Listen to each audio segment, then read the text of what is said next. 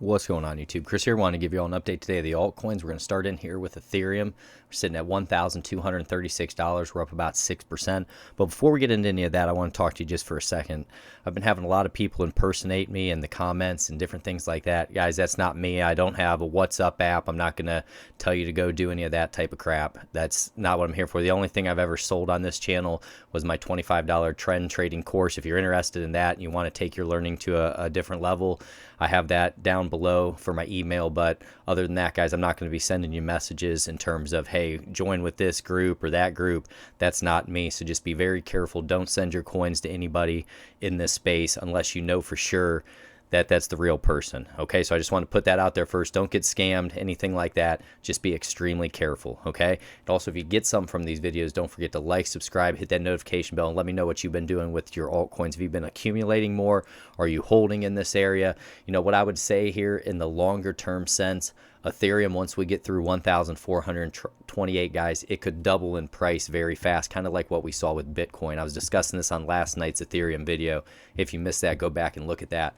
But what you can see here is we need to get up through 1,428. If we can get up through that, that's really going to give us a lot of room to run because we don't have any overhead resistance. It's those blue sky breakouts that we're looking for. And kind of like how Bitcoin ran from 20,000 to 40,000 very fast, similar to what Ethereum can do here, guys. You know, in the matter of a couple weeks, we could hit $3,000 because there's not a lot of overhead resistance. We could run that hard, fast, and aggressively. And that's to the upside is what we're talking about. If we have, and I want to zoom in here, if we just have one of these bounces here where we came up and we have failing, or we basically failed right around 1,253, what I'd look for is another leg down then and see if we can find support. I have an alarm at $852. And remember, on this channel, we always look at upside targets as well as downside targets, and you want to have a plan for that. That's why I'm showing you this stuff. You make your own decisions. I'm never going to trade for you.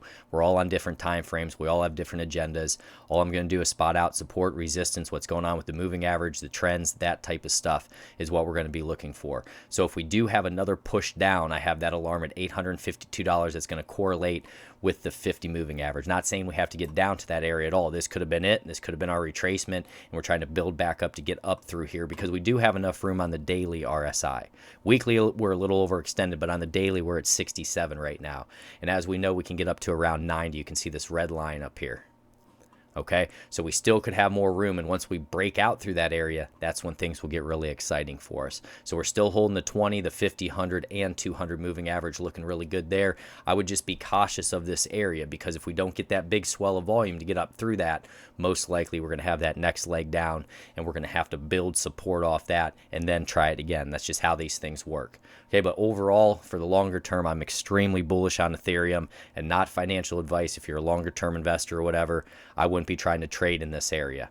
Kind of like what you saw with Link last night. Volatility really picks up once you're at that all-time high and you're messing around with that. Then last night for Link, we actually started to break out through a little bit. So we're going to have to see what happens today with that. But it's kind of similar to Ethereum. This is a really tricky area up in this spot. So if you're just a longer-term investor, I would definitely hold on. If we have a massive dip or anything like that, it could present good buying opportunities for down the road. Obviously not financial advice. That's just my opinion on it.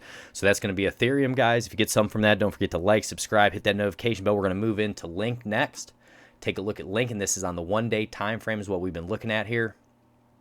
Tezos, we're going to look at that as well. That's having a nice little day here. It's up to over $3, so we like to see that. Link's at 2205. So you can see this, the all-time high for Link, right up in here, around that $20 mark. We had a daily candle close up above it, so today we just want that continuation. The daily RSI is at 71, so we still have room. Typically, when we really push hard, we'll get up to about 87 is the area that I'd start watching and seeing what's happening with the candlestick formations up in that area. Overall support, we want to hold today roughly about 21.14 is going to be the area, and then it'd be down around that $20, and that's going to be that all-time high. But you can see we made a really nice move on some heavy volume here. We've been up above our 20, our 50, our 100, and our 200 moving average right now. And what I was also going through was I was looking at these corrections and how long this typically takes before we get back to an uptrend. So what I've noticed is back in here, we had about 38 days until we put in our first higher low. Back in this area when we corrected, it was about 29 days. And then we're going to have to see once we get up into this area, if we do get in that area and we start correcting, I like to look at the days and see how long potentially we could correct. And what it seemed like for Link is anywhere between about 10 and 40 days. You can see this one here was a little bit quicker in that uptrend. If we get our daily monitor out here and take a look, that was about 12 days. So really watch these things when you're looking at corrections and potentially good buying areas if this is a coin that you're interested in down the road. And what I like about it is a lot of volume's been coming into Link, and that's what you're looking for. You want to be in the coins where there's a lot of volume, a lot of action taking place. If you're going to swing trade or even long-term invest, you want to be in those coins that a lot of volume is going to come into. So let me know what you're doing with Link. I know a lot of people said they made a really nice trade yesterday. It was like from $11 or $12 all the way up to $20.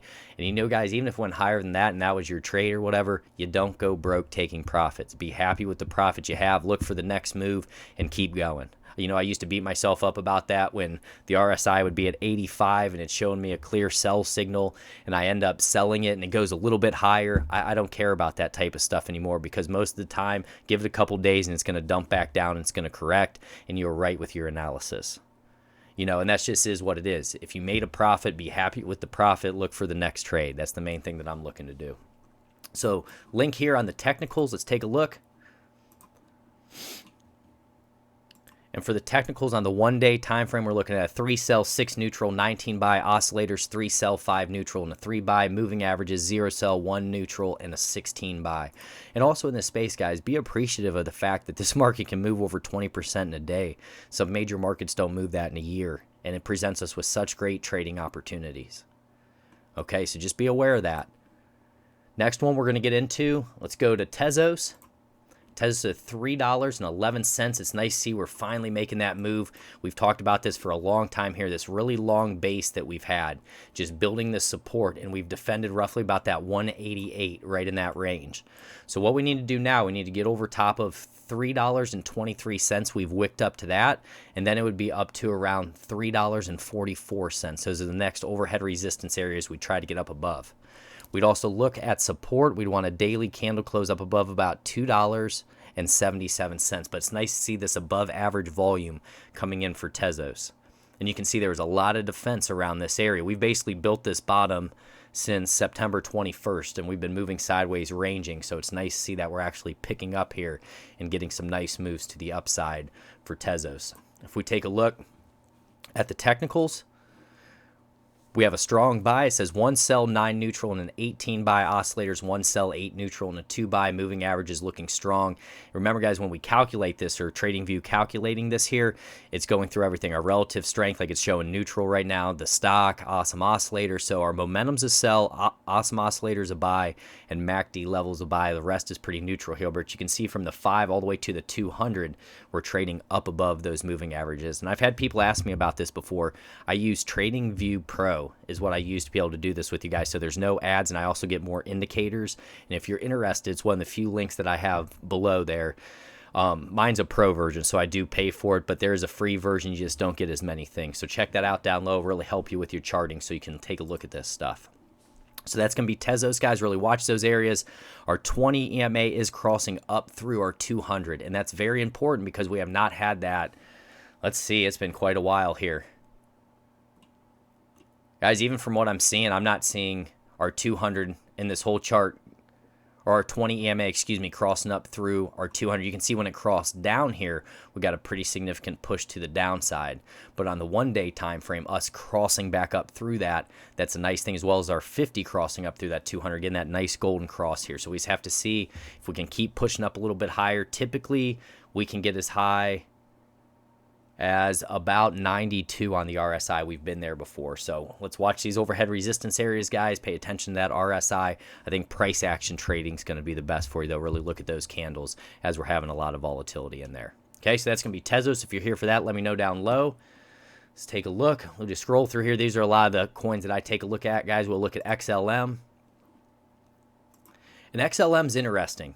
If we take a look at this, you can see these really strong moves that XLM makes. It's in the matter of about 5 days that we blast up, and then we spend time correcting. You can see over here 3 to 5 days, and then we spend time correcting. And what you can see on the 1 day is we have a very long hammer candle here. This wick's extremely long if you take a look at this, and this potentially could be our bottom here. You can see we wick down to roughly about 21 cents.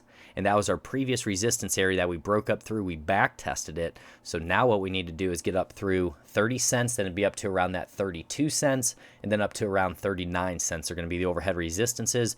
We wouldn't want to lose roughly about 26.5 cents as support.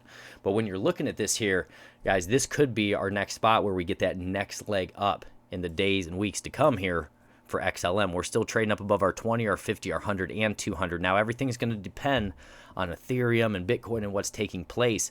But the XLM, when it moves, guys, it moves really hard, fast, and aggressively. And you can see we may be in line to get something similar to back here. You see how we had this big pump in the volume? It's smaller, but it looks similar to what we had on this side. Then we corrected, right? And then we got that next pump again.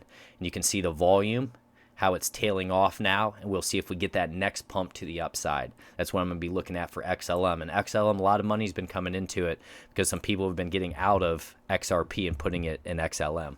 So on the 1-day time frame, 0 sell, 9 neutral, 19 buy, oscillators 3 sell, 8 neutral, and a 3 buy, moving averages 0 sell, 1 neutral, and a 16 buy is what we're looking at there. So really keep an eye on XLM in the days and weeks to come. Let's see. I know a lot of people have been asking about Digibyte. It hasn't been doing a ton, but we'll cover it for you. If you're here for Digibyte, let me know down low. So for Digibyte, we had a nice trend line break out of here. You can see, and that's why I pay attention to trend lines, guys. Just even playing something like that can be really, really beneficial for you. So we're up above our 20 EMA, up above our 50, our 100, and our 200. What we need to do for overhead resistance, we got to get up above 0.02898 and then be up to around 0.03212 is going to be the overhead resistances. Support, we wouldn't want to lose roughly about 0.02489. If we get into the technicals and take a look for Digibyte, we're sitting at a 4 sell, 8 neutral, 16 buy, oscillators 1 sell, 7 neutral, and a 3 buy. Moving averages looking good there because we're trading up above them. And Digibyte's one, guys, when volume comes in, oh my goodness, it can rip so hard. You can see right there, RSI sitting at about 53. So if the overall altcoin market wants to keep moving, Digibyte really could move strong. And I want you to pay attention to that. Being down around this 50, this 200 moving average, kind of similar to like we looked at Link when we were talking about buying opportunities, potentially around that 200 moving average. And from there, it made that really nice move. Kind of the same concept here. We've been trading up above this 200 for a long time now. We obviously had some days where we dropped down quick, but for the most part, we've been trading up above that since about April 17th. So we do want to hold that 200 moving average on the 1-day time frame there for Digibyte. Let's see if there's any others I want to go over here with you. And let's take a look at Uniswap. And for the chart that I have for Uniswap, you guys let me know if there's a different one. This is about as much information as I could find. We had a daily candle close up above our previous high of about $7. So now, I mean, unless there's another chart that I'm aware of, this could be blue sky breakouts, and this is where things could get pretty exciting here for Uniswap. So let's pay attention to that. RSI is at 74 right now, up above our 20, our 50, our 100, and our 200 is not showing yet. We do not have enough information. And if we go down to the 4-hour here on Uniswap and take a look, right back in here, you can see how we found support off this 200 moving average on the 4-hour time frame. So guys, that's why I do technical analysis, because many times you can look for great buying opportunities in areas, and you can also look for those great selling opportunities to lock in profit. But on the 4-hour time frame, we would want to hold, we'll turn this green $6.60 as support. So let's really keep an eye on that. That's what I want to bring you today, guys. God bless each and every one of you. If you get some from this, don't forget to like, subscribe, hit that notification bell. Love you all. Take care.